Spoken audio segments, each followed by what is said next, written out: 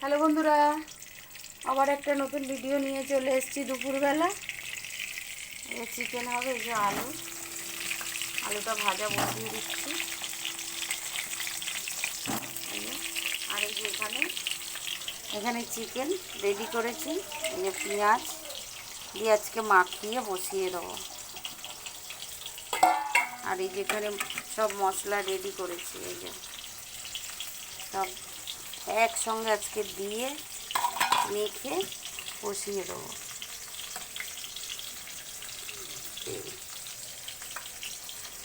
আর এইখানে আছে কিমা করা আছে, ছেলে যখন তখন বায়না করে রোল খাবো, চিকেন চাউ খাবো, ওই জন্য কিমাটা এটা ফ্রিজে রেখে দেবো, এটা আর কিছু করব না।